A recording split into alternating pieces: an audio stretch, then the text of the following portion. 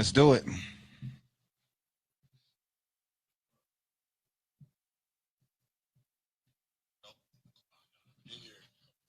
Oh, okay. Who's that? We live. We are live. Live. It's the DanYo&Tita podcast, episode 33. 33. We back. We are back. Another episode. Yeah. It's a special one right here. Yeah, man. This is a very special episode. I'm Daniel. I'm Tita. Aisha. I am Dip to the Lean. Man, this is a special episode right here. I've been waiting for this one. Yes, definitely. Because this is what the podcast is about right This here. is what it's all about, man. You know, we got special guests in the building. Because we teamed up with $1 Million Teacher Project. Shout out to them. What? Yep. $1 Million Teacher. Yep. That's big. They're doing big things, man. Honoring great people. We're here with 1 in a Million Teacher of the Month for the month of February. This man about his business. Mr. Payton is in the building, y'all. Hey. How you doing, sir? Doing well. Good morning. Good morning.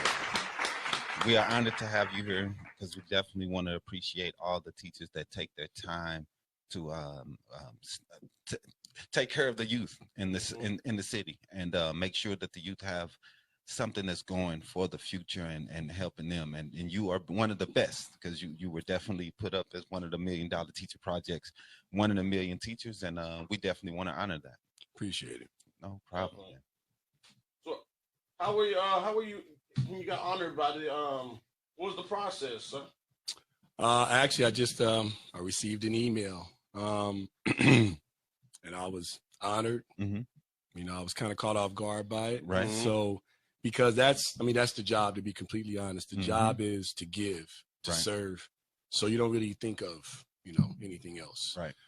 For me, the biggest compliments or congratulations I receive have come from parents coming in saying, "Hey, my son likes your class, Right. he enjoys it, he looks Right. forward to it," that kind of thing. Like you can't buy that, Right. Right. and I get that daily, I get that weekly, I get that monthly. So that usually sustains me, man. So to get something like this from an outside resource, or someone who's not in my classroom, who's not, within my scope, Right. is definitely an honor. Definitely, man. Yeah, how long have you been a teacher? 22 years, sir. Wow. 22 years of service to the community. Yep. And, that is huge, man. And And teachers don't have to do these jobs. And you teach at I'm at Frank Borman Elementary in West Phoenix. Wow. You're starting them young. Right. Yeah, Yeah. that's definitely. Man. Yes, sir. And that's and you. I know I heard before the show you said you were science. Yeah, so currently I teach middle school science, but in my experience, I've taught first, second, third, Mhm. fifth, sixth, seventh, and eighth. Wow. Wow. Yeah. So Yes, sir. What was your favorite grade that you like teaching? I'll tell you this. This has been my best experience overall because it's a combination of the subject matter, which I enjoy. I was an engineering major before I became a teacher. Wow. Wow. So the math and the sciences were right in my area. So, Okay. but I think it's partly my age and their age because they're right on the cusp of what we all know is going to be the most formative time in their adult lives. Definitely. And so for me, I'm at a place of awareness where I know exactly what I am as an educator, what I bring to the table. And so we have very, very much so family type of conversation in the classroom. I talk to them like a father. I treat them like they're my kids. I get on them like they're my kids, and I love on them like they're my kids. So I really enjoyed this year. If I had to pick a grade level, I would probably say third. Wow. Just because the amount of growth that can take place. If you got an 8-year-old at home, you know what I'm talking about. All they do is ask questions. Right. They want to know about everything. Right. And so as a teacher, that's wonderful. Right. They're never bored. They're never, out of it. As the kids get older, obviously, it's a little more difficult, but that's only because, in my opinion, teachers stop challenging students. So it gets boring, it gets stale. That's what I hear from them all the time. No, you're right. Class is stale, it's boring. So it's not that kids just like school. It stops becoming interesting. Right. Definitely. I believe that. What made you get into the teaching profession? So I went to college to play basketball. Okay. Balled out here at a junior college first, and then went back east, went to school in Massachusetts. Wow. Okay. But as I was saying, I was an engineering major. When I sat down with my counselor to take a look at what I was going to do career-wise, a thought kind of came to mind. I said, man, I don't know if I can sit in an office my whole life and draw up plans and do math problems. So I thought, like, what do I enjoy? Right. And one of my favorite things to do is to tutor my teammates and watch them get good grades. So I said, I'm gonna try that. And when I look at it now, I don't know how I ever thought I would be anything other than a teacher. But at the time, it was like, man, this is gonna be, a big risk. Right. And I was telling them in the car, I had a mentor at the time. He was the head engineer for the city of Phoenix, and he had been mentoring me, and I was terrified to tell him that I was going to be a teacher. I thought he was going to be mad at me. He's like, no, man, this is good. You're cool, and support me. I'm still in contact with that gentleman to this day. Oh, wow. Shout out to Kenny Harris. That's my guy. And so, yeah, man, that was it. It really was just the idea that I can serve people every day. Right. Yeah. And so that's what I've been doing. That's amazing. Definitely. Was some of the biggest challenges of teachers in Arizona face? Oh man, how much time do we have? You know what? I'll simplify it this way. Most teachers will tell you it's compensation, to be completely honest. Right. That's why they just have the red for ed. Yeah. Yeah. For me personally, I don't think that's really what it's about. What you'll see is the best teachers become administrators because that's the only way they can make any money. So if you're really good in the classroom, the only way to really move up, because there's a really, really short ceiling as a teacher. Yeah. As soon as you get into that administrative, man, some of those people, man, making $100,000 a year, man. So it's like I'm gonna stay in the classroom and let kids yell at me and be underpaid and under supported, right? Or I'm gonna move into the other side. So I think the biggest issue facing teachers is attrition in terms of the teachers and themselves. Right. But outside of that, for me as a teacher, I'm quite frustrated with teachers themselves because they're focused on curriculum and test scores. Oh, okay. You know what I mean? Right. Everywhere you look, what do you see on schools? Their grade. Right. A school, B school, all this kind of stuff. Right. Kids don't care about that. No. So for me, some of them don't even know what's going on. Yeah, they don't know any of that. They just know either our school is ghetto or it ain't. It's cool or it ain't. That kind of thing. So for me, I just think we need to get back to what's the most important thing, kids. So if you start with kids, if you start trying to make a relationship with the kids and find out what their needs are first, teaching is easy. Right. Assuming you know what you're talking about. Right. Do you think that the amount of kids that you have in your classroom, is that a problem for you, or do you think that the school is underfunded, or the funding that the other schools get is not fair for your schools, or put you in an unfair advantage? Do you think that's an issue that you have to face in your? Yes, and yes. Okay. However, it's not an excuse. Right. So yes, we get less funding. And I've broken this down to my students. Schools are funded through real estate taxes. Right. So all you got to do is take a look. So if you're in a neighborhood where there's a bunch of apartments, where's that money going to come from? Definitely. So just by virtue of living in an area with a bunch of apartments, you've underfunded that school. And then you take that to another level. And we have, again, all this stuff I'm very transparent. Okay. Currently, we spend on average $30,000 a year on every prisoner that we have. Spend less than that. Currently, we spend $8,000 per student. Definitely. That's ridiculous. You know what I mean? That's where we at. Well, that's what we think is more important. Isn't that scary though? So why would a kid work hard? Right. We're investing more money in criminals than we do in our future. That's frightening. It's very frightening. I'm definitely, I guess, lucky, blessed, whatever you want to call it, that I was able to go to a school. It wasn't like it is here in Arizona. Right. Yeah. Schooling, teachers were teachers. They cared about what they students wanted, how they needed to succeed. But when I moved out here and went to school, totally different. Right. The atmosphere is just not. Parents aren't involved in the students' lives as much. Yeah, definitely. Teachers are just like, Right. And that's important. It is. It comes from the parents all the way to the teachers. You know what I mean? That's all is important. I mean, we see I ask you these questions because I see from the outside looking in. I don't have any kids myself, but I see the struggles that a lot of parents go through in Arizona schools. I'm from Illinois myself. Okay.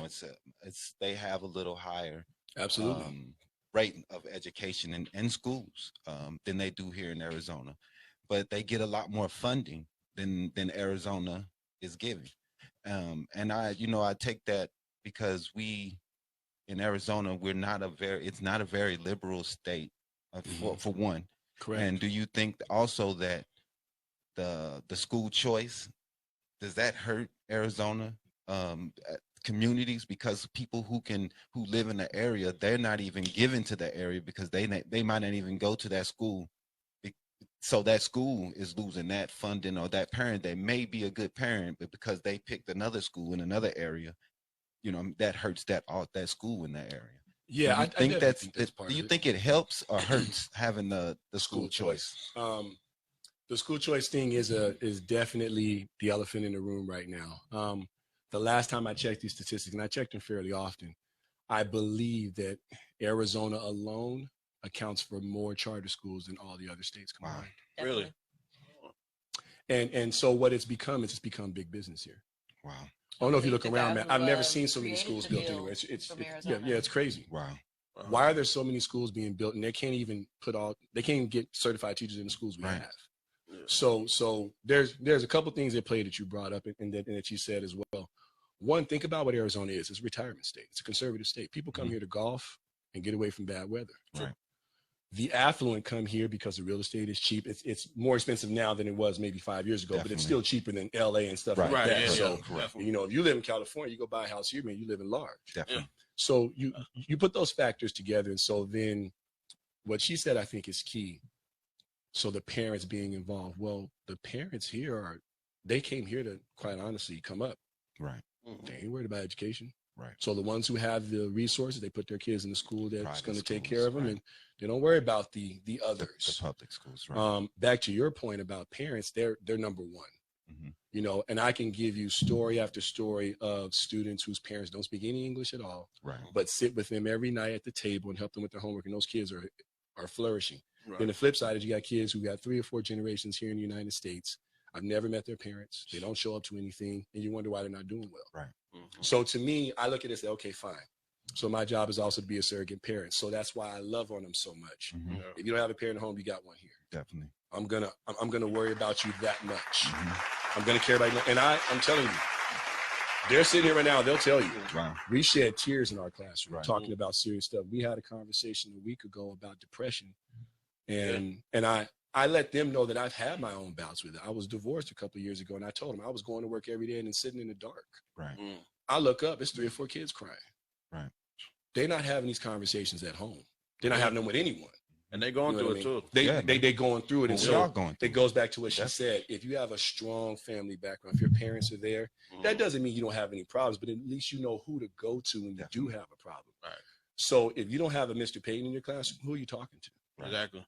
So there's one of me, and there's all these teachers out there, and it's like, and I'm not like by any means, I'm not trying to say all teachers are bad. That's not what I'm saying. But what I'm saying is that we have to accept that role. And what's happening right now is because of the compensation issue, teachers are wanting to do less because they feel like they're not being compensated for what they do. Right. Right. And to me, that's an adult problem. I'm not going to bring my adult problem to the babies. Right. Right. So I'm going to do my job, and then I'll fight my adult fight on another front. Right. But I'm not going to take it away from the kids because I'm pissed off at administration. Right. Yeah. So we have to get past that piece. Definitely. Definitely.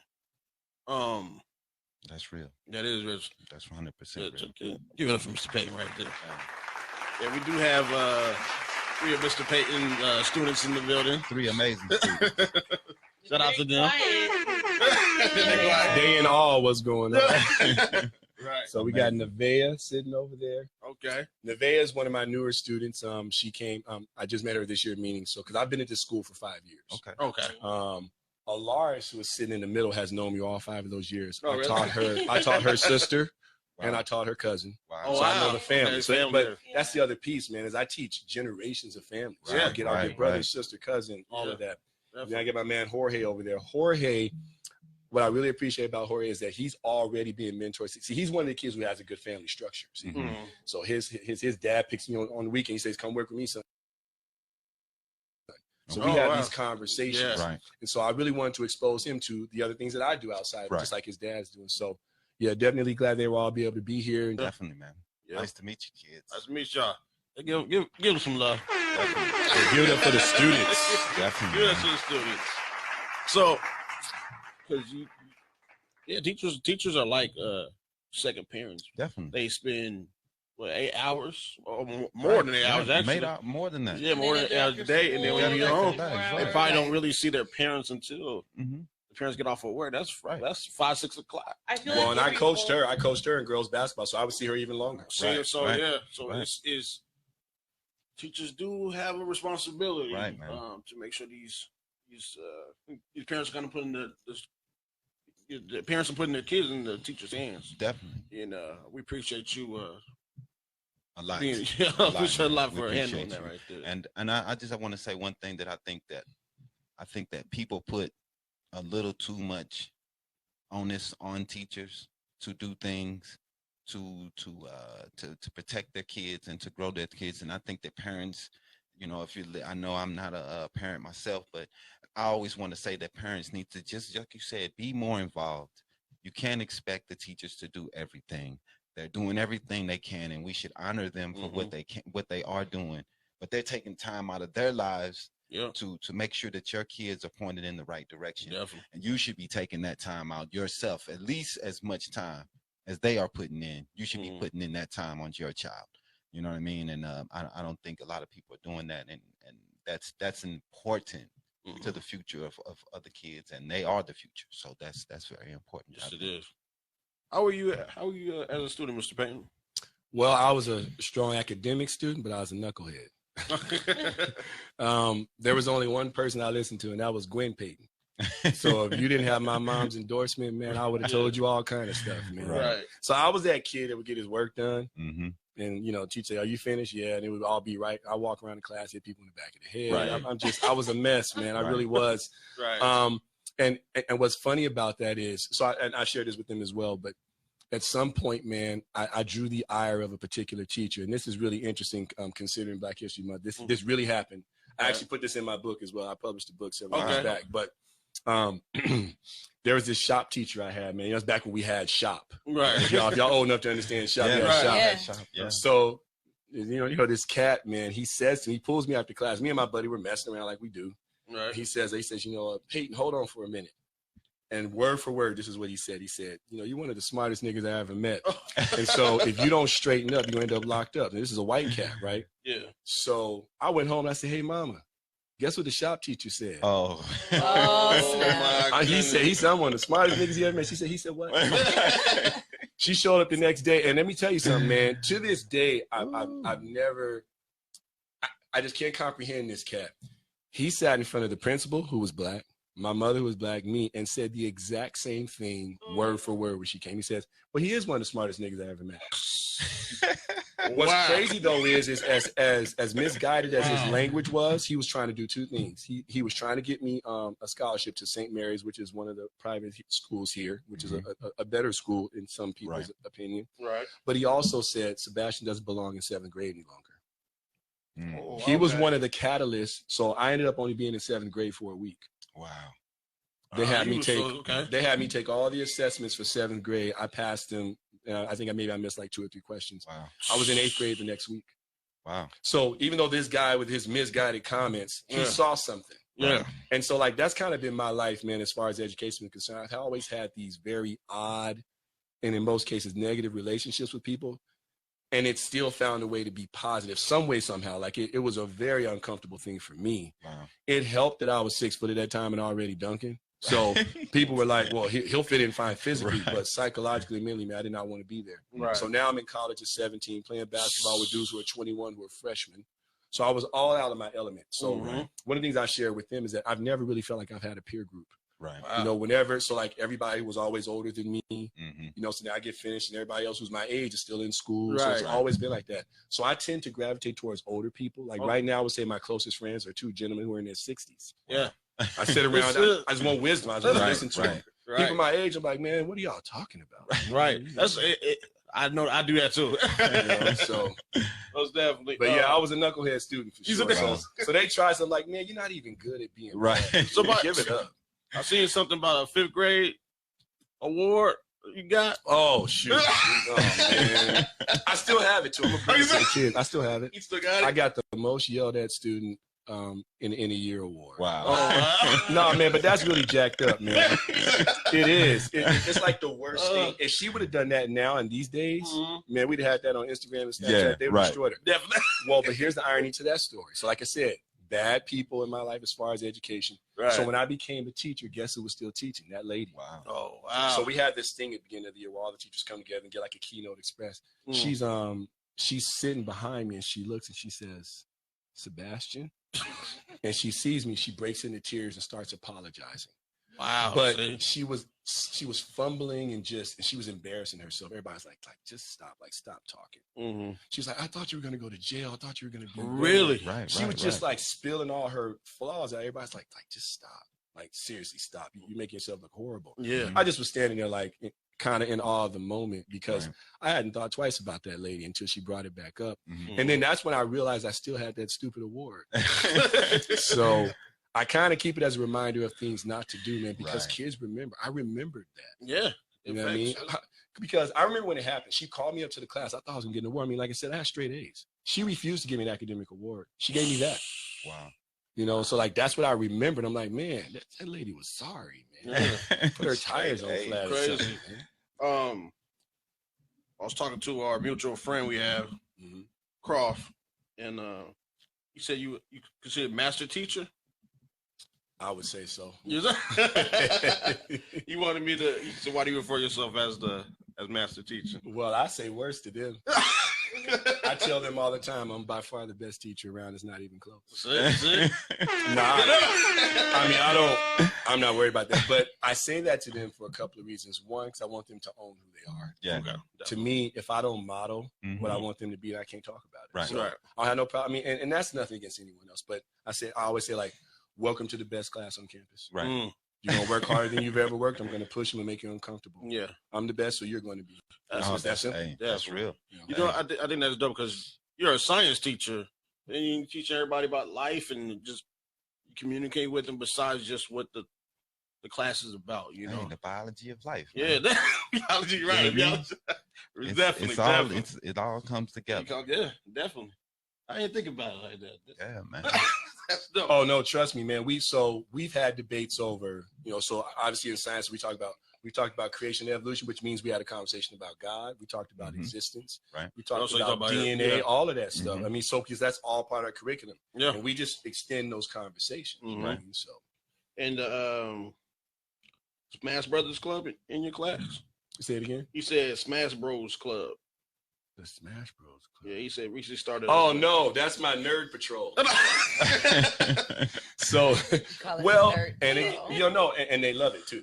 They love it because I said, look, I'm a big nerd. I said, I'm the coolest nerd you've ever met. I said, but I'm a nerd. And Right. so and this actually was sparked by a young man. There was a young man in class, man. We were in that intervention class I told you about, and a kid yelled out of nowhere. He says, Mr. Payton, I wanted to kill myself. If it wasn't for Fortnite, I'd be dead.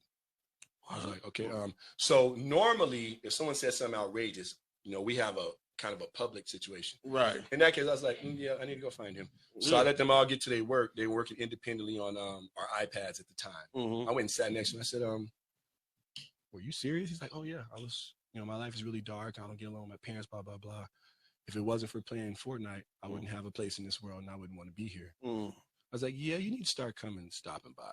Yeah. So what really happened out of that is a couple of kids used to hang in my classroom and play like Connect 4 checkers. Right. He's a video gamer. So he was like, well, Mr. Payton, can we bring our Xbox? Or actually, it was a Nintendo Switch is where it started. Okay. They wanted to bring their Switch. Can they hook it up to the TV?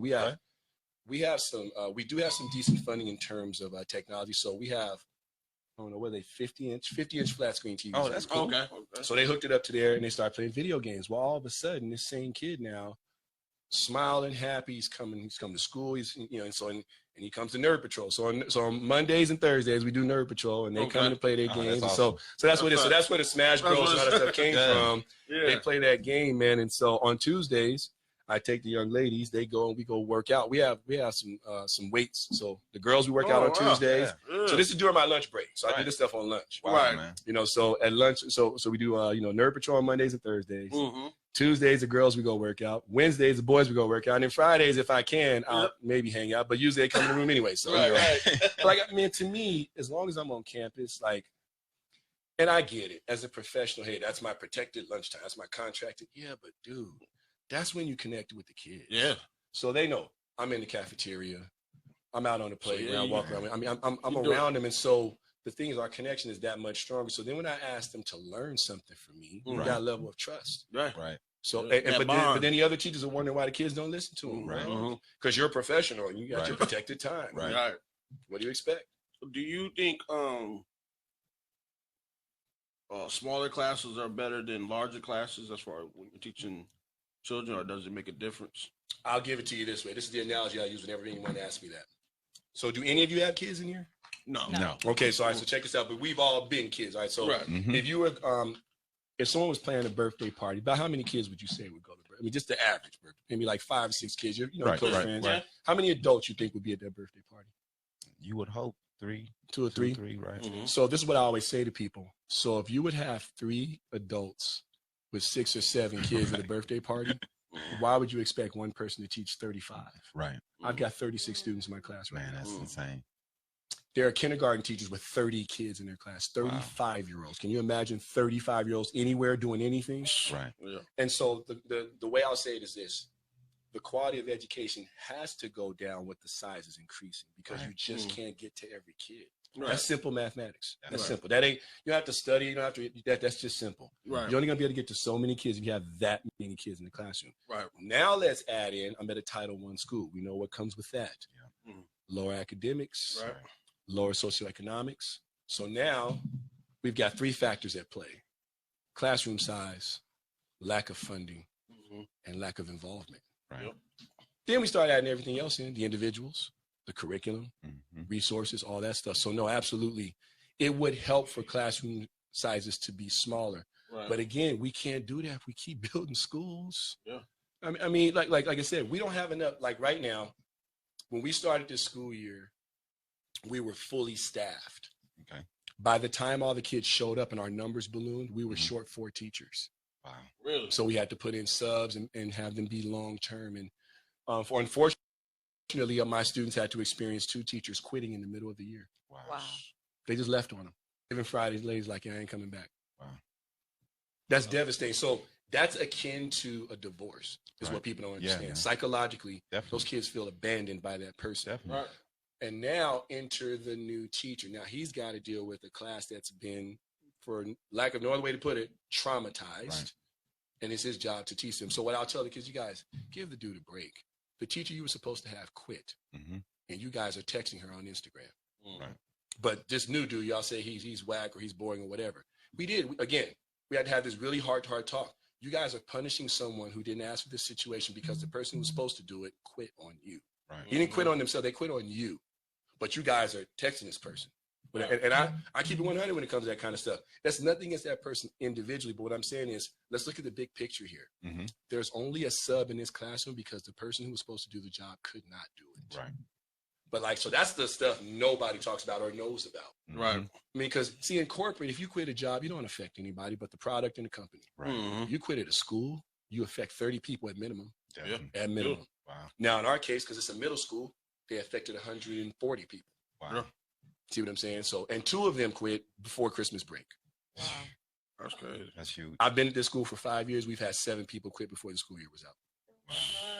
I mean, this is so again, when we talk about all the stuff that's on the surface, these are the things, the underlying issues that these kids are dealing with. Right. So what do you think these kids are going to think when they get out of school? What are they going to think about people's dedication or their belief in them? Right. So, which is why I go so hard to show them, hey, man, I tell them all the time, I love you guys. Wow. I'll do anything for you guys. You know, Yeah. I tell them that I know it's uncomfortable for them to hear because they don't hear it often. Yeah. But it's like, I want you to know somebody loves you Right. outside of your parents. I love Right. you. Yeah. No, that I means a lot. love your future. I love what you're going to become. I tell them, I say, I hope all you guys make more money than me or Right. smarter than Right. me, better than me. Right. Then I did my job. Right. You know, so. Hey, that's real. It's definitely that's real. that bond right there. Give Yeah, it up, Mr. Payton. Dedication. Dedication. Yes, sir. Something a lot of teachers don't have. Man. That's Y'all all right big over ups, there? man. We got the students in the building. Watch them, man. We'll go get our eat on after this. You know what I'm saying? Take and get some lunch. Yep. Let's do a top 5 with you. It's a segment. We have segments on the show. Oh yeah, let's do it. Let's do top 5 tips for teachers to build relationships with students. Okay. Find out their names. Be nice. Seriously. 2, I would say, is I make physical contact with every kid. Mm-hmm. At least once a week. And meaning I just walk by. How you doing today? Right. What you do this weekend? Right. See, if you're of color, if you're ethnic, you know that's how we do things. Mm-hmm. And I understand that from a PC standpoint, I probably shouldn't even said that, but I do it. Right. Hug, pound, whatever it is. Right. You know, now I'm aware enough to understand that looks different with my female students than it does with my male students. Mm-hmm. Like boys, we'll just bump into each other sometimes. Right. I just bump into them, let them know I'm there. Mm-hmm. For the ladies, again, it's just like sometimes just a gentle on the hand. How you doing? You doing all right? Right. You understand what we're learning? Do you have your homework? What you do this weekend? Sometimes they know I'll just sit down at the table with them and talk. Right. So I make sure they physically know I'm in their space. Definitely. That I'm there. Right. 3, I would say take risks. Like I know where my threshold is in terms of my personal life. So I know how far not to go. Right. But I think that's the other thing. A lot of people go into any job, let alone teaching, not knowing where their line is. So they don't know how far to go with anyone else. But yeah, I would say take some risks. You know, tell them some stuff that, I don't know. I mean, just let them know you're a human being. Right. You know, because like for me, I dress up in a suit every day.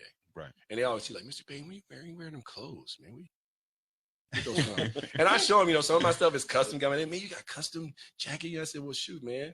As much as they cost, I'm not tall as I am. So I would say that. And I would say the other 2 are really simple. I know it sounds crazy to say, but you have to know your content before the kids are going to trust. Like they have to know you know what you're talking about. Kids are like sharks. If they know you're weak, like whenever a sub comes, you can just tell the kids the size and they're like, this dude don't know what he's doing. Let's get him. Get him. Like, I mean, they jump on it. Hey, I see some bad subs. Yeah. And they know, and unfortunately, they've seen way too many subs. Right. Yeah, that's bad. But yeah, so I would say that, man. I think that's 4. And then I would say the last one is just, like you guys said, be present. Like I don't miss very many days. Right. Be present. Like it's a big deal to them. That's that commitment. I'm gonna be here, and you know, sometimes I show up with the sniffles. Like my voice was gone a little bit, a couple of days. But I'm not gonna stay home for that. Right. Because that means they get a sub. Or in our case, this is another thing you guys don't know that happens. So if we don't have enough subs, they split the kids, and the kids sit on the floor in the classroom doing. Yeah, I remember doing stuff like that. Yeah, I remember that never happened when I was a kid. Never happened when I was a kid. I never experienced that. Right. Yeah, because there was always a sub. Even if it was bad. But yeah, so they'll be sitting on the floor in the classroom somewhere because there ain't no subs. Right. Nobody wants to sub in middle school. Yeah, man. You know, that's it's not a sought after job. Yep. And it's not a lot of people giving you a lot of applause, a lot of pats on the back when you're a teacher. It's more people yelling and screaming. Pats on the back are right there. Right? Yeah. And I don't think a lot of people understand that. You know, and that you understand that, it makes you the reason why you're one of the best teachers and getting this. And that's why we wanted you here. Appreciate that. Thank you. You're one in a million. Yeah. There's a motivator. I like it. I take it. He was here right in class. He can come to class anytime. He tried to. So that was 5. I think that was 5. I don't know. Somebody counted up. You got segments for you. Got some trivia for you. Ready? Okay. He's okay. Hope I do all right. Let's see. Right. Let's see what he knows, so y'all can go back and tell everybody you failed. Oh, shoot. Yep, they're gonna give me to this. Well, definitely. All right. So before we start, DanYo&Tita podcast would like to present you with a card that we got for you. You're only one of the few that actually go the extra mile, so we decided to go ahead and go the extra mile and get you a card. All right, there you go. Should I open it or something? No money in there or anything. So it's a thank you, right? Yeah. Just a thank you. Thank you. All right. So we got 5 questions for you. If you get 3 out of the 5 correct, we'll donate $50 to your charity of choice. Oh, okay. And to contribute to Black History Month, we got one more Saturday left in the month. Yeah, we do. Yep, that's it. Leap year. Yep. It is a leap year. It is. That's crazy. Leap year. So my grandma is 21. We always do that. Yeah, that's what it is. That's dope when you born on the that's dope. Yeah, it is. What do you do on birthdays if we for born? Every 4 years is your birthday. But So does that affect that's your why age? she's only 21. No. No, don't be nice. No, they either celebrate March 1st or February 28th. Yeah. Yeah. All right, question 1. Who invented the home security system? You got nothing. Don't forget you have the 2 lifelines, right? Well, the hen is they black though. Yeah, I know, but You can call somebody or what's the I other don't got nothing. This is I good. guess- I guess Call already. Google. I'm already Yeah, know. give me that. Who is it? Marie Van Britten Brown. Okay. I'm not even asking that one. Yeah, that was hard. Question 2. She was an early pioneer of laser cataract surgery. Is there any more you gonna give me? Early pioneer cataract surgery. Yes. Cataract surgery hasn't been around that long. So. Right. Yeah, see, you give me all like current stuff. Most of the stuff I know is like older, so yeah, I ain't got nothing. Not everything is current. Okay, well, hopefully I get to other ones. Man. Right, I don't right. get nothing. That's Give me the another womp, tough womp,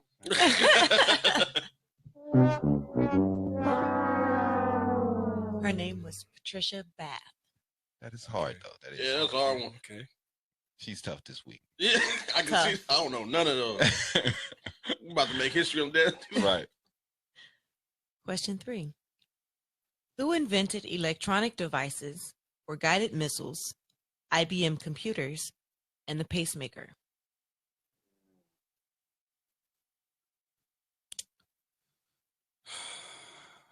This is probably wrong. I'm gonna say Katherine Johnson, but I know she changed her name. But that's the only person I can think of that worked at NASA that did that kind of stuff. That is incorrect. All right. That's tough. You get it. That was another tough one. Don't forget She's you tough have this the 2 week. lifelines. You gotta call You somebody. can Google one. The trivia lady. Man, is I'm the tough. person they call. I ain't calling them. His name was Otis Boykin. Okay. All right. Question 4. She was the first African American woman to receive a United States patent. That's another tough one. My guess would be Madam C.J. Walker. Your guess is incorrect. Oh my goodness. That's Her name tough. was Sarah Elizabeth Good. Okay. Wow. And what was the patent for? I did not write that part down.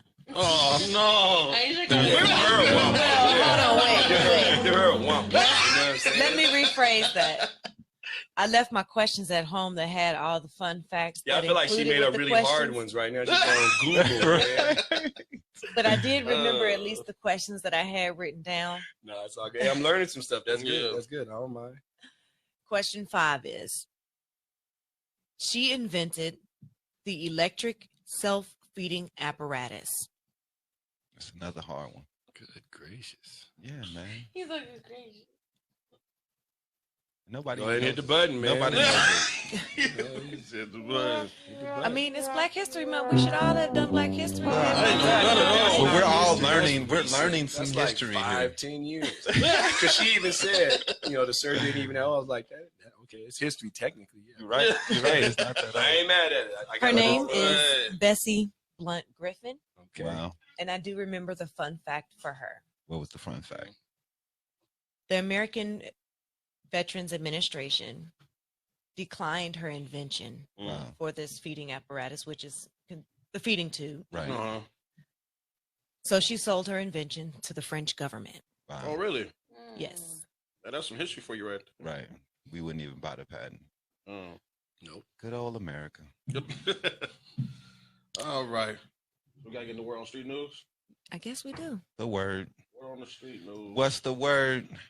You know what I mean? In honor of it is Black History Month. Mm-hmm. I do want to say happy birthday to Mr. Malcolm X. Malcolm, Yeah. Definitely say happy birthday to him. the great I think it was Malcolm. No, not is it? I'm tripping. It's not his birthday. You tripping? I apologize. What? His Whose day, birthday? passing. Oh, This is passing. what day was his passing? Friday. It was yesterday. So it was his death day. It was his death. Anniversary of his death. Yeah. Okay. So. Well, good thing you got it right because I don't have anything to Googleize it and see if you're wrong. Yeah, I would have got one of these. Well, you just gave yourself one. Yeah. So. He kind of deserved it. It happens. But then I also want to do something different this week for Word on the Street News, since we have Mr. Payton in there as well. I do want to mention, young people like music, artists, the rappers out here. So I want to mention some artists, some well-known hip-hop artists that actually went to college. Wow. To get the education. And I saw this actually on our sponsors, a lot more of them than you think. waywordkid.com. A lot more of them than you think went to college. Most definitely. We are sponsored by Wayword Kid. Yeah, Wayword Kid. And you can find this on waywordkid.com as well. So we have Ludacris. He studied music management at Georgia State University. We have Lil Wayne. He attended the University of Houston. Ended up switching to online courses offered by University of Phoenix to complete for his degree. Now that sounds more like Lil Wayne, University of Phoenix. You cold-blooded. You cold-blooded. We have J. Cole. He went to St. John's University. Very educated, brother. Majored in communications and business. And he was president. I don't even know what that. What is that? Hieroglyphics. Yeah. I don't know. That's nice. That's real nice. And was a Pan-African student. Okay. He graduated with 3.8. Wow. Graduated 3.8. Yeah, man. Beautiful, J. Cole. I gotta get mine. I gotta get mine back up there. Yep. 2 Chainz. Yeah. He attended the University of Alabama and played basketball there as well. Wow. Common, business major at Florida A&M University. How'd y'all like his introduction on the All-Star game? It was all right. All right. I thought it was pretty good, man. Yeah, a lot of people would say Common is whack. Yeah. Common songs are usually pretty whack. The way he played it was dope. But I thought it was dope. I'm just tired of Common. Sipping that haterade this Sipping that haterade this morning. I'm a hater. Rick Ross. He went to Alabama State University. CO. Right. We have David Banner. He has a bachelor's degree in business. Very educated. From Southern University. You can tell. Yep. Kanye West attended Chicago State University, where he he just booed. He majored in English. That's boo. I'm booing him for the next couple years, man. Yeah. That's what he wants, as long as he get attention. Yeah. Chuck D.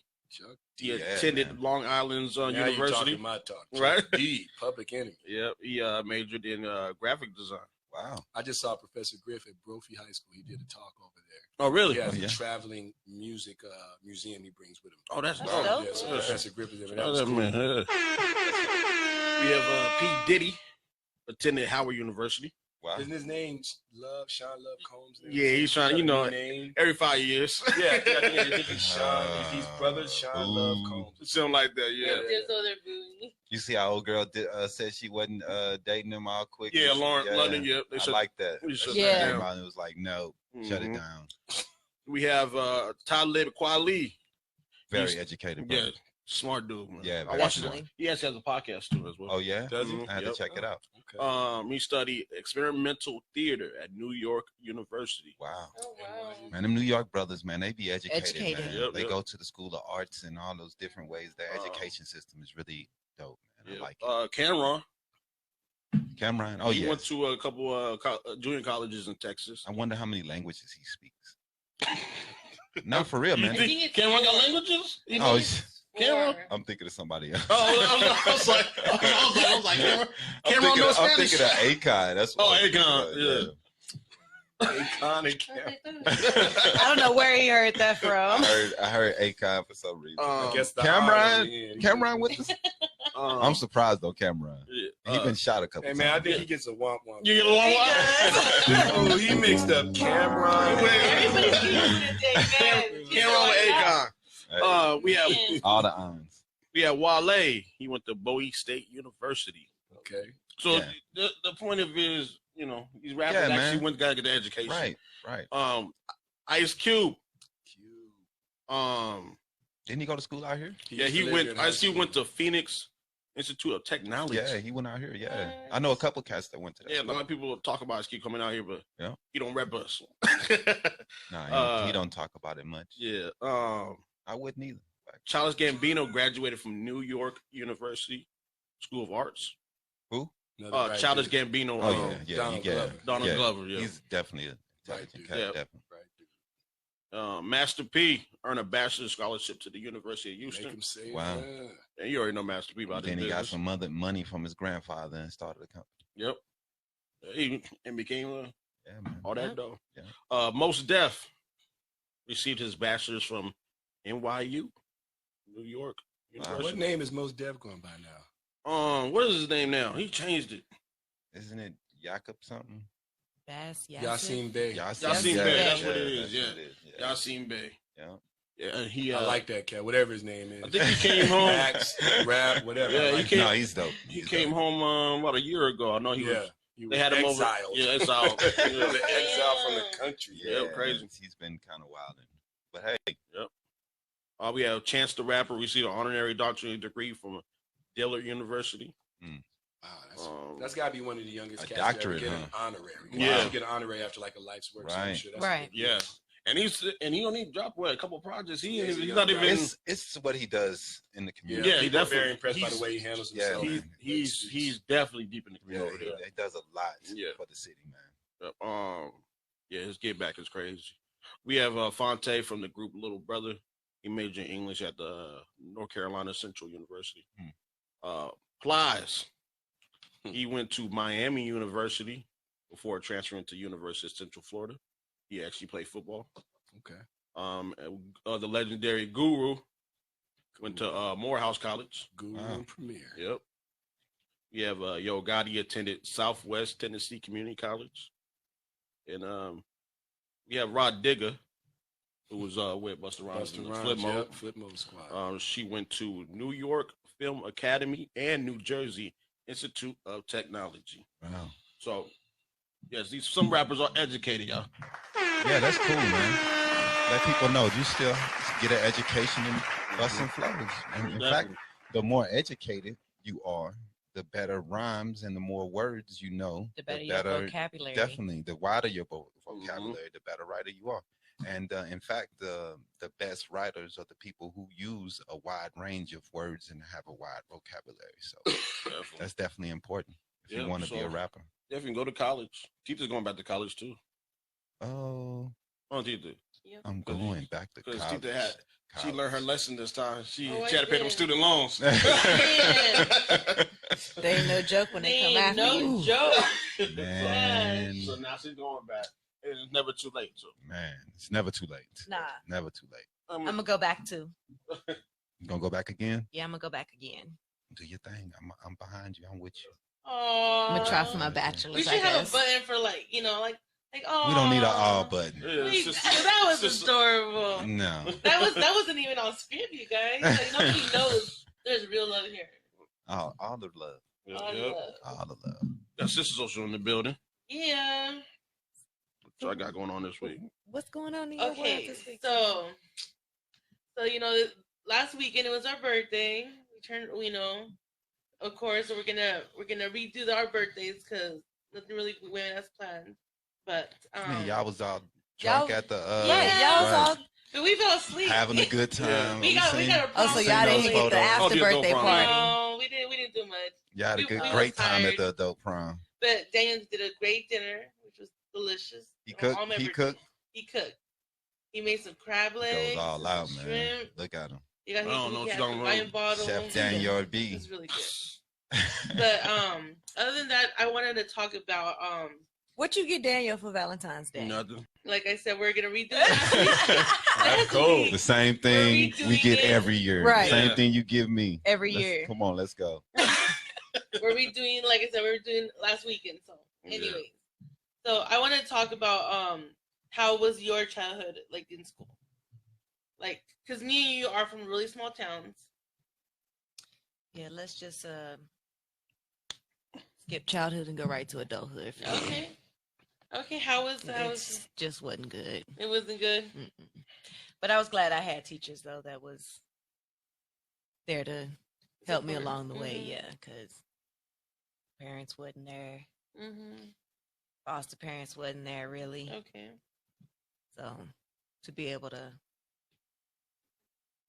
use my teachers as sounding boards for advice and stuff like that, that helped a lot. And it's funny because a lot of at least for us, like, you know, my teachers, my parents were there and everything, but my teachers were like my second parents. Yeah. Like, you know, my parents were always at work. You know, I never saw them until I got home. My teachers were there. They made sure that we got fed. They made sure that, you know, we were clean. Wow. They always had like spare like shirts and stuff. You know, if we got stained or something, they were always on us. Yeah. If it wasn't for my teachers, I would have probably, you know. Yeah. Wow. I took JRCC in school, so Sergeant Waddy was just ridiculous. Like, you couldn't.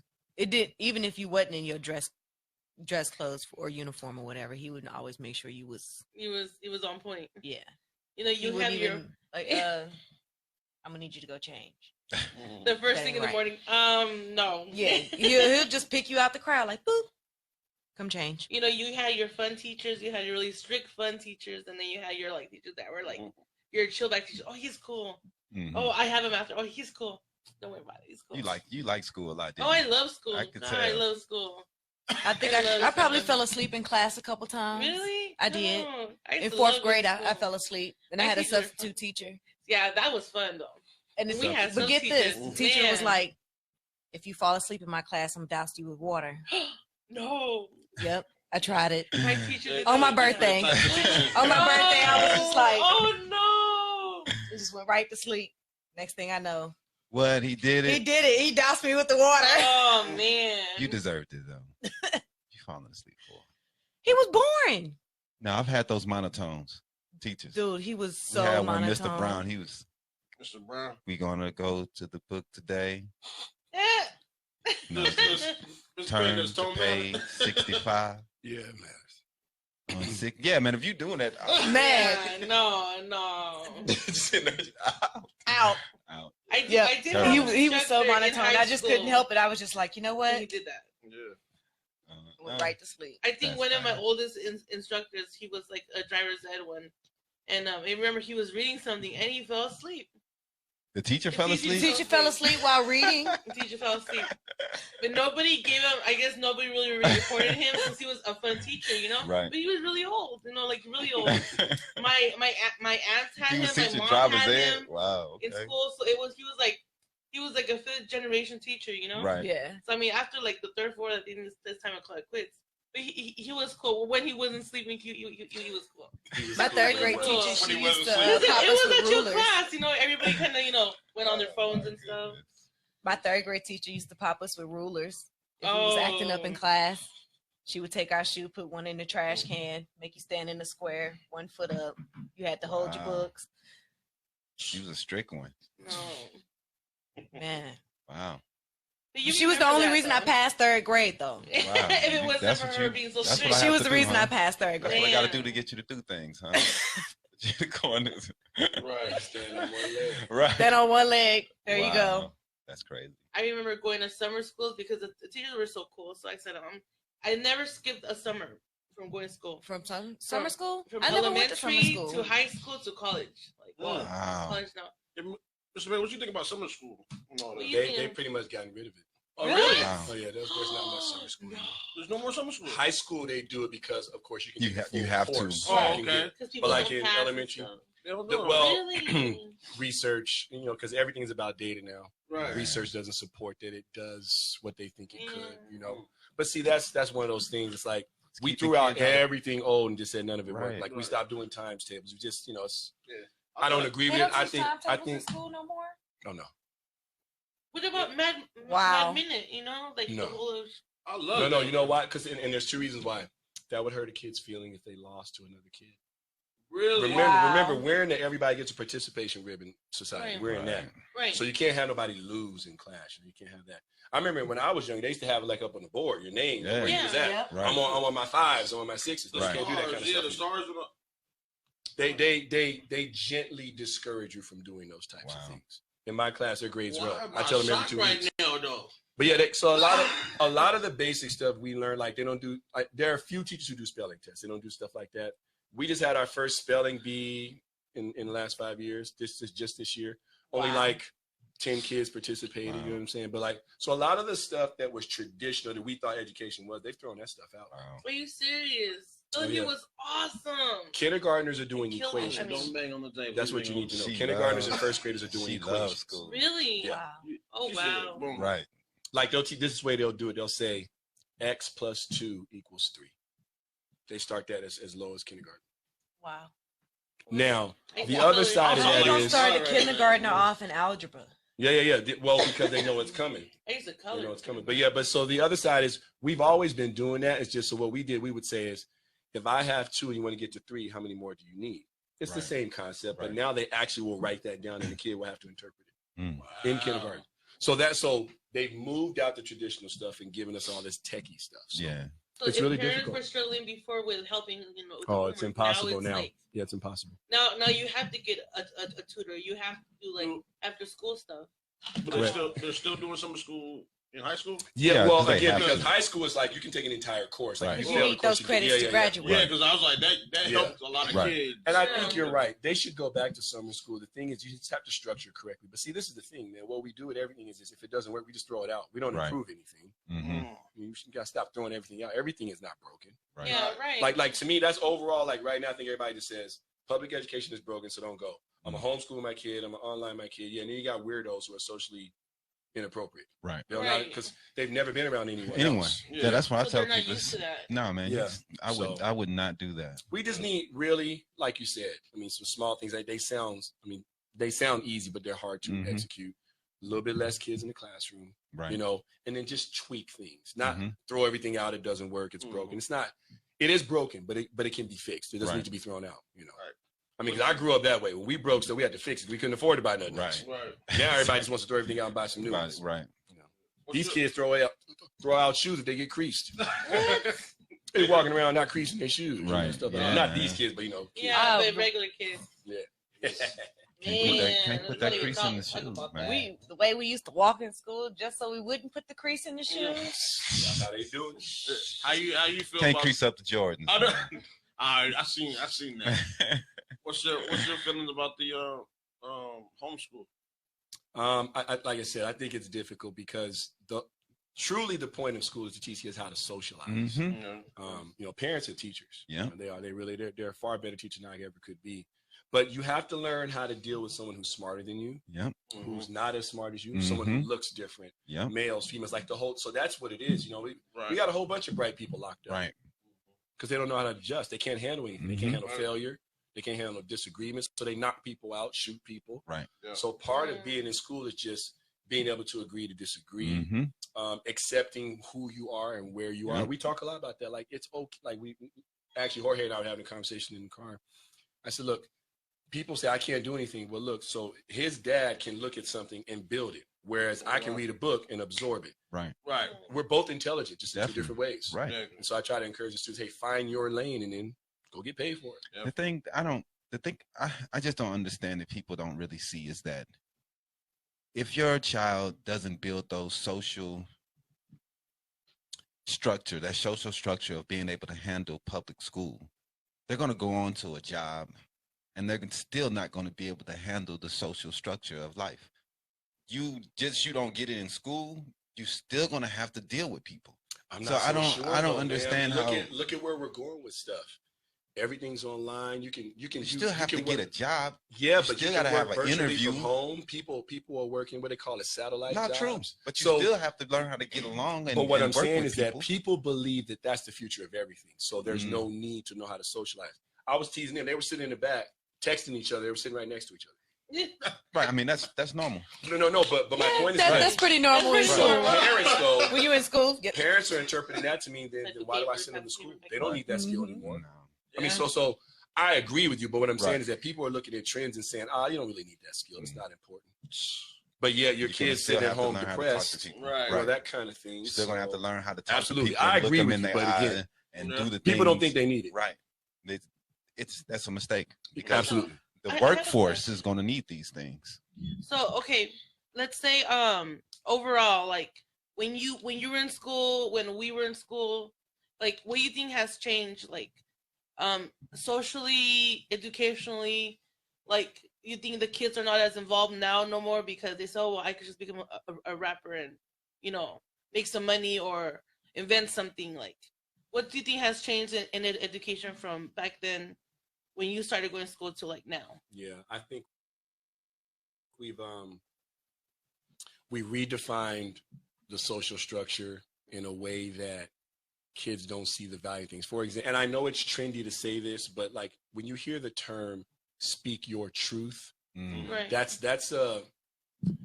to me as an academic, that means opinion. Yes. To the uneducated or the uninformed or the uninterested, that literally means truth. So you can't say anymore that this is historical. They'll say that's fake news. Right. Yep. Right. Or, and look, and let's just talk about this and let's just be 100 about it. So if you're African American, you're going to say, I don't need to read that history book. It wasn't written for black people anyway. Mhm. So what we have now is everybody is questioning everything. God doesn't exist. There's no government. There's no this, everything. We're living in a simulation. YOLO. I mean, everything's being questioned. Yeah. So it's hard to, It's depressing. Yeah, it's hard to teach people when you don't agree on what to teach. Right. Right. So a mom will say, so this is big. We're having this conversation a lot on campuses now. Gender identity. But see, that's easy for me. That was the easiest one.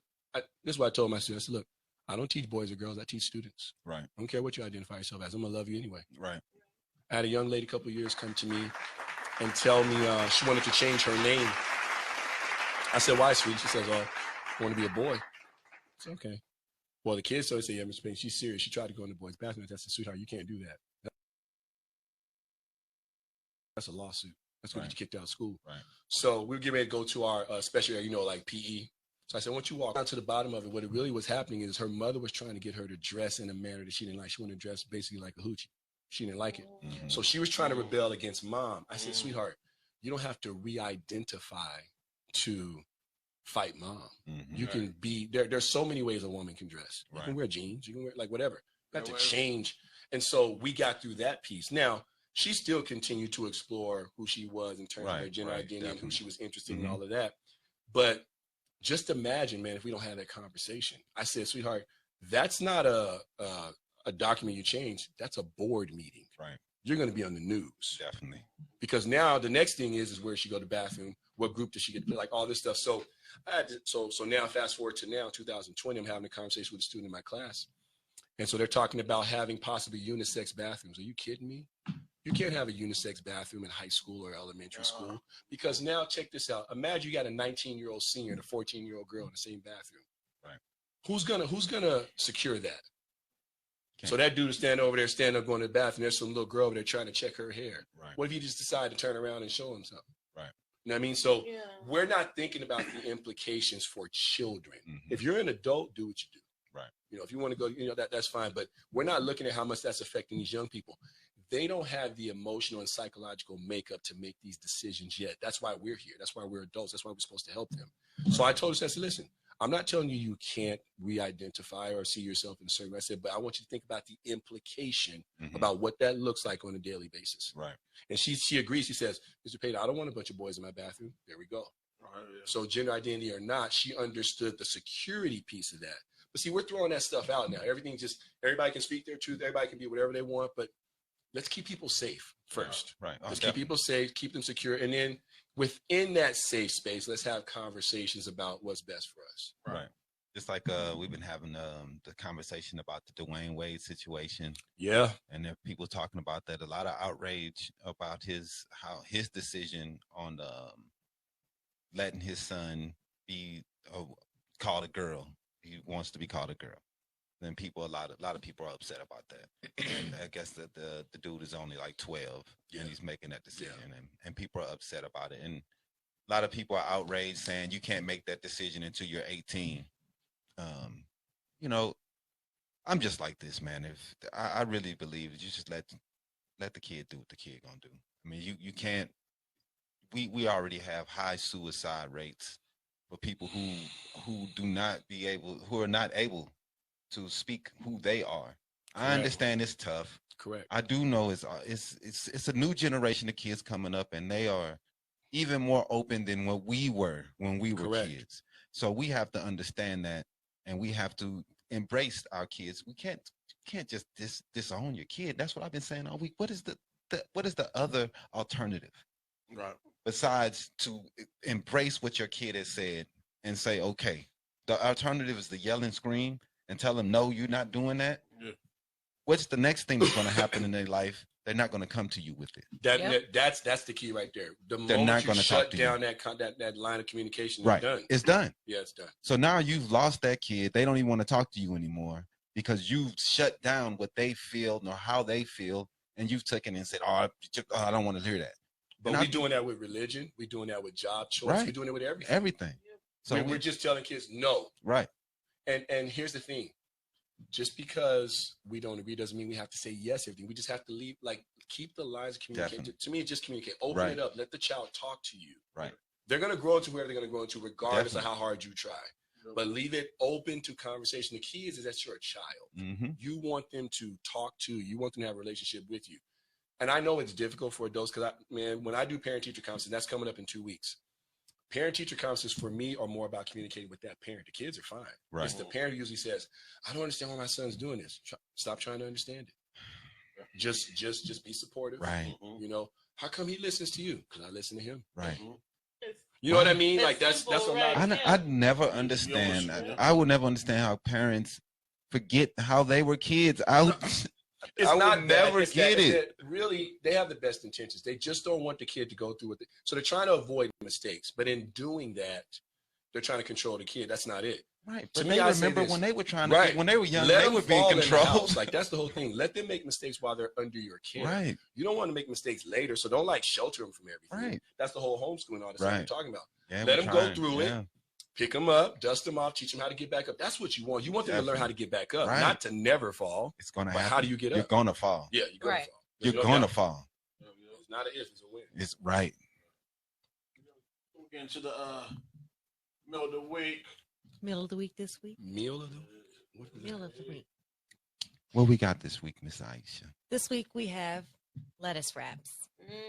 What kind of lettuce wraps? Chicken lettuce wraps. Okay. We're talking bringing some food or something? Yeah. Yes.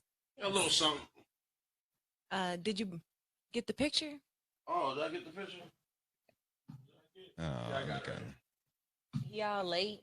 Right.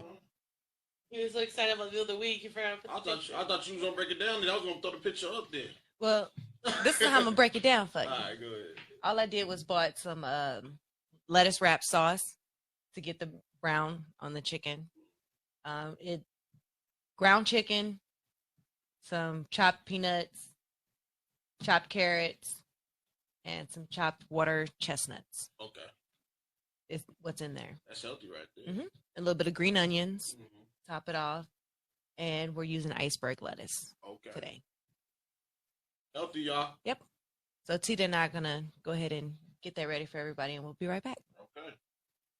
Oh, y'all serious? Yes. Yeah. I thought y'all were joking. No. We feed our guests. Yeah, that's what I'm talking about. You wash your hands, though. Yes, there's a sink. There's a sink and everything over there, so they take care of it. While the ladies go do that, we're gonna get into the main perspective. Hey, do any of you guys need to go to the bathroom or anything? They'll show you. All right, y'all come. Okay. The lean perspective. Yeah. I'm gonna talk a little bit about the election, a little bit that's going on in politics, in the world of politics. I know it's boring, but I always think that we need to vote, and we need to make sure that our words and our actions, voting is heard. And yeah, I'm saying we are important, and it's a big deal that people don't understand that most everyone is coming after the black and brown voter bloc because how important we are to the Democratic Party. So everyone is planning, and their objective is to hit the black population with a lot of ads. So they should be coming at us a lot. I think Tom Sawyer, he spent a lot of money trying to come at black people right now to go into black organizations ahead of the primaries. You know what I'm saying? Because it's the most important voter block right now for the Democratic Party is us. Right now, you know what I mean? Especially black women. You know what I mean? Because they drove a lot of the voters. I mean, the wins that happened in the Democratic Congress elections. So it's very important to get out and get your vote and make sure your word is heard. We had Roger Stone. He was convicted, I think, 20 months. So he'll be trying to disqualify the judge. What he's going to try to do to disqualify the judge for he can try to avoid prison is what they're doing now, is trying to go in on the judge. Trump has been tweeting a lot of things about it also to try to disqualify this judge. So that's their last ditch effort to try to get him from going to jail. She gave him 20 months, and Trump tweeted that it was unfair how much time they were trying to give him with 7 to 9. Mm-hmm. And she still gave him 3? That's 3.5, I think. 20 months. That. Almost, yeah. Yeah, so something like that. But almost 2 years. Yeah. So he'll be fighting that, and we'll see what happens in that. Hopefully, he gets all the time. I hope. Stop that. Yeah, right. We don't want that. A conservative judge slapped the Trump administration for the treatment of poor people. Really? Yeah. Over the past week, one of the federal appeal courts dealt a 1-2 punch to that national conservative agenda. Mm-hmm. Taken together, they stand a rare defense of low-income Americans to get affordable health care and exercise their right to vote. The Trump administration frequently trumpets the number of judges it has appointed federal benches over the past 3 years. These decisions are a reminder that the inherent independence of lifetime appointees to break sharply with partisan policymakers. Because in Arkansas, they had a Health and Humane Services for approving a pilot program, and they were trying to stop it. And I guess the Republicans were trying to stop it there, and the judge, he backed it up. He was trying to get the people Medicaid and health care in Arkansas, and the Republicans down there were trying to stop it. Like always, they always try to stop anything that has to do with helping poor people, low-income people. They're always trying to stop it. You know what I mean? So it was good because this judge here was a Trump-appointed judge. Oh, okay. That's the big deal about it, is that he still went against the Republicans and went with his own mind and thoughts instead of just following what the party does, which is a big deal nowadays, right? Because everything's so partisan nowadays that, that's a big deal. Yeah. So that's all I want to talk about today, is a couple of things there. And that's the lean perspective this week. Nothing big. I didn't even know about some of that stuff was going on right there. Oh man, we try to keep your word, man. Keep your ear to the streets, man. One more thing I want to talk about real fast is that Bernie Sanders, they came out that the Russians were trying to help him to win the election. It came out that they want to help Trump, but they also said that they want to help Bernie Sanders. Bernie Sanders, he came out with a statement saying that he vehemently is against what the Russians are doing and trying to do. Yeah. I think that the reason why they're trying to help Bernie is because I think they want to roll with this like socialism thing, and they think the socialism is going to be able to split the party, the Democratic Party, and make us, fight amongst each other. Yeah. And that's what they're trying to do. They need to figure out how to stoke the fires with that. Well, we're definitely trying to figure out how to stop the Russians from doing fake news, invasion of fake news online. Yeah. Like yesterday, a meme went that $29,000 you would get taxed at 52% for Medicare if you make $29,000 or more. That was a meme that was going around. And what I thought was pretty cool is that that a lot of articles was quickly jumped on that meme and said it was fake, and quickly said put out articles saying it was fake. Yeah, I know Facebook been doing that too. Yeah. So that's important too, man, because a lot of this fake news get out there and a lot of people start rolling with it really fast, and they believe anything they see without doing any research or trying to see if this is in any other publications online. Yep. But that's important. And I think why I was brought that up is because I think that Bernie's perspective and his proposals are the way that I think we should go. I know that a lot of people see socialism. This is my opinion, and they talk about socialism, but we do a lot of social programs in America, and I think that without those social programs, we would be lost as a community. So if this is another way to help people to get health care, and the money it would save also came out, it would save a whole lot of money also. So I think that it's important that we get out there and vote for him. So you going for Bernie? Yeah, man. That's what I'm saying. That's who I'm gonna vote for this time. You know, last time I went with Hillary. You know what I mean? Okay. Because I just didn't think that that people were ready for what he was proposing. I liked his proposals then, but I just didn't think no one was ready. Now I think that we went with Hillary last time, who was a moderate, and we lost. So go with another moderate, you're probably gonna lose again, is how I'm looking at it. So you might as well go all the way out and try to at least get what you want to do and what you want. You know what I mean? Out of the government is how I look at it. Yeah. And what he's proposing is better for the poor and people who trying to get health care and can't afford it. You know what I mean? Definitely a race going on out here. Yeah, man. I know Trump was out here Friday, Thursday or Friday. Yeah, he was here. Yeah, he was here. Yeah. Well, I do want to shout out our sponsors, waywardkid.com. Wayward Kid. The home of entertainment and news stories. They also have the Wayward Kid Foundation, helping kids, different programs that they have. Yep. And definitely deep in the community. Dope website. And then thank you, and our sponsor, Silly Main TV. Silly Main TV. Go to their Facebook page, like their page. I think Chris Mosley, who is the CEO of that, I think he just dropped like a little comic. Oh yeah, a little comic, but it's pretty funny. Yeah, man. And so he's a funny dude, man. Drop a like on Silly Main TV. Mm-hmm. Also, Joanne Muhammad, who is our top donator, she donates to DanYo&Tita podcast as well. So shout out to our sponsors. We really appreciate y'all. If you'd like to be a sponsor, email us at DanYo&Tita podcast.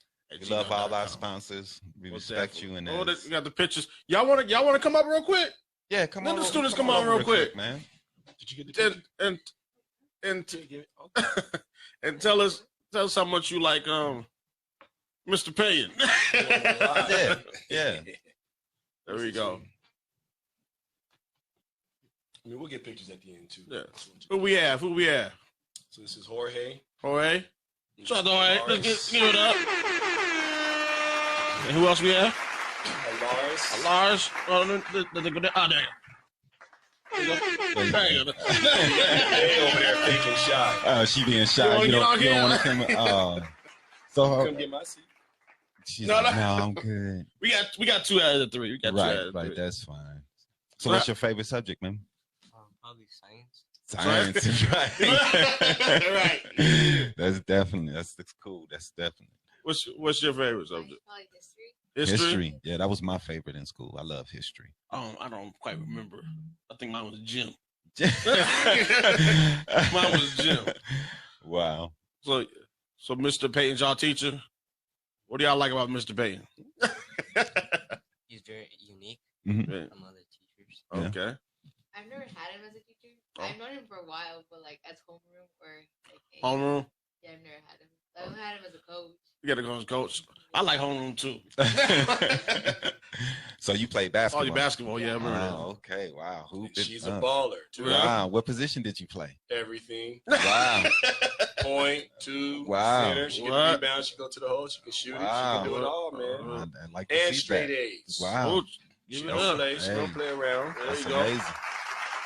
And Jorge's a soccer player. He played on our soccer team. Oh, really? And his grades on points. So, yeah, man. All that. Get all that. Bring y'all no scrubs. Hey, man. That's some people on point. That's dope, man. That's dope. Future, are you trying to become a professional soccer player, or you want to see college in your future?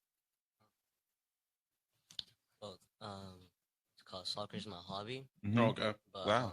I think I'm gonna do business. Wow. I'm gonna give you. Hey, man. Hey, intelligence. I like to see that, man. I like to see that. Go to school for business management, something like that. That's what you're thinking about? That's dope. Yeah, man. Any colleges that you had in mind or anything that your favorite schools? All right. Nah, It might. Hey, man. You looking something for to his think. options, you know? Yeah, it's something to think about. You know what I mean? Definitely. You could be, you know, in Miami. You know what I'm saying? You on the beach. You can think about those things, man. You can go anywhere you want to in the world, man. Definitely. You know, and do anything you want. So you think about that. What about your basketball career? Not as like a career. I do like basketball, but I want to take veterinarian. Oh, I like Wow, that. yeah. Okay, that's what's up. Definitely. Always important, man. Animal, yeah. Yes, definitely. Big part of the community. I went to basketball, so Yeah. Well, that's dope. Yeah, man. Don't stop shooting that jumper if you good. Hey, see you like in the WNBA. We'll have your shirt Yeah. on. And then be a vet after. Right. Yeah, right. Yeah. Definitely. So yeah, kid, you know, that's what y'all want to do. Just keep going for it. Don't stop. You know, don't get distracted. And everything. Mm-hmm. That's what you want to do. Please just continue it. Yep. Yeah. Don't stop. Those are Believe goals, in yourself. Yep. Set goals and believe in yourself. And you Did- have a good role model here, so you Yeah, already have definitely. a step in the right direction. Did you what do you? What do you like to do, Miss Yeah. Shy over there? Basketball, Oh, yeah? football? That's That's cool. what's up, What's your favorite subject? man. Math is a good subject. Man, I love math too. mathematicians are rich guys. I let Yeah. you know that those guys are rich. Yep. You know, those the people we look up to because they make all the money. They do make all the money. Yes, they do. What's his name? The Amazon dude. We got Bezos. billions on top of billions. Billions. Bezos. Billions. I don't know if I can count to a billion. Man, hey, You know what I mean? I started going back to school to be an engineer, and Yep. and I've all the math that I've had to conquer since I've Yeah, ain't no enrolled joke. in class. Wow, Calculus 1, Calculus, 2, differential whew. equation. Ain't no joke. man, and I'm scared of it. it's tough, man. It was tough, Yeah. man. But I had a lot of help, you know what I Oh, mean, yeah. and a lot of people backed me up, and I figured it out, got through it, man. And hey, you can do it. You know, I didn't think I can do any of those And- things. And you on the dean's list, right? Yeah, I've made things. All right, just let's couple give it up goals, for you know what I'm Dip. saying? Told you motivated right here. Right. Definitely. So you can do it. You know what I mean, Definitely that math would get you. Like you said, he became an engineer, and those are always successful. Yep, Successful, yep. very rich people. We be looking up to you. Definitely. Yeah, this has been a great interview, Mr. Payton. Definitely. I really appreciate you coming through and just telling us everything. Shout out to the $1 Million Teacher Project. Shout out to them. Good people Definitely. over there. They're doing great things, man. Definitely, man. We appreciate Shout you out to my coming. man Lloyd over there at Yes, the $1 Million right. Teacher Project. Man. Yes, Yeah. sir. Yeah, he's a good dude. He's definitely a good dude. Yeah, man. Great Um, people. We want to be the new outlet, a part of the $1 Million Teacher Project, as well as the honor Yeah. people like you who Definitely. Yeah. you know, you're helping build the community with the teaching these kids. You know, Mhm. they're the future. You know, Definitely so are. we need them on point. Definitely. You know, No doubt. so yeah, I want y'all to eat, but I don't know. They taking so long. Tita Aisha. Well, I was taking them to eat anyway, so either way, we good. We're going to go eat. We're going to eat either way. Well, definitely. So is it? Well, I know you said you was new to Instagram, but I want you to give out your Instagram so you can get more. Oh, okay. Yeah, So, it's just Mr. Payton 98. It's, Okay. it's Mr. Payton underscore. Oh, yeah. Let me let my peoples do it. These my people. Let It's them do it. Mr. underscore Payton underscore 98. Yeah. Wow, That's it. they know the tag. They better know than the we tag. do. They know. Wow, that's how it works Ooh. nowadays. Yeah, Oh, that looks good. It looks good. definitely. Thank you. The middle of the week right here. Meal What of was the it? lettuce wraps. Smells What is good. rap? Did It's they ask just for you? chicken. Oh, okay. I got one. Oh, okay. Oh, go ahead. That's you, Take- that's you, I'll just show the camera too as well. That's some Lettuce lettuce wraps. wrap. Is there anything else you follow on social media, or just that's the Instagram? So yeah, just I mean, I'm new, man. I'm a baby. You know? Like I got a Facebook page that I like never do anything on. You know what I'm Right. saying? It's mostly for like all my former teammates when I played ball. Wow, Like a couple of my boys, like one of my boys was from Yugoslavia, wow, another cat from Sweden. So I can contact. Man, Right, that's right. crazy to me.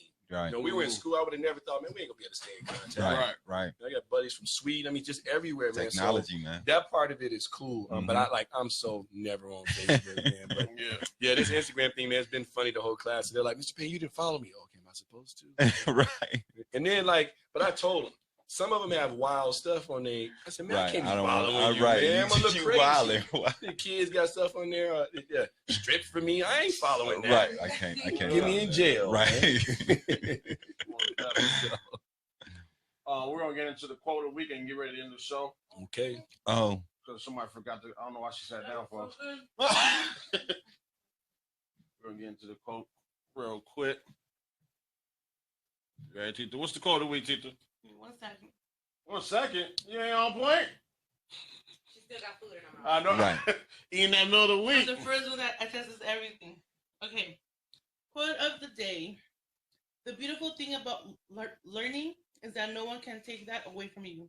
B.B. King. All right. All right. It's a DanYo&Tita podcast. We out. out.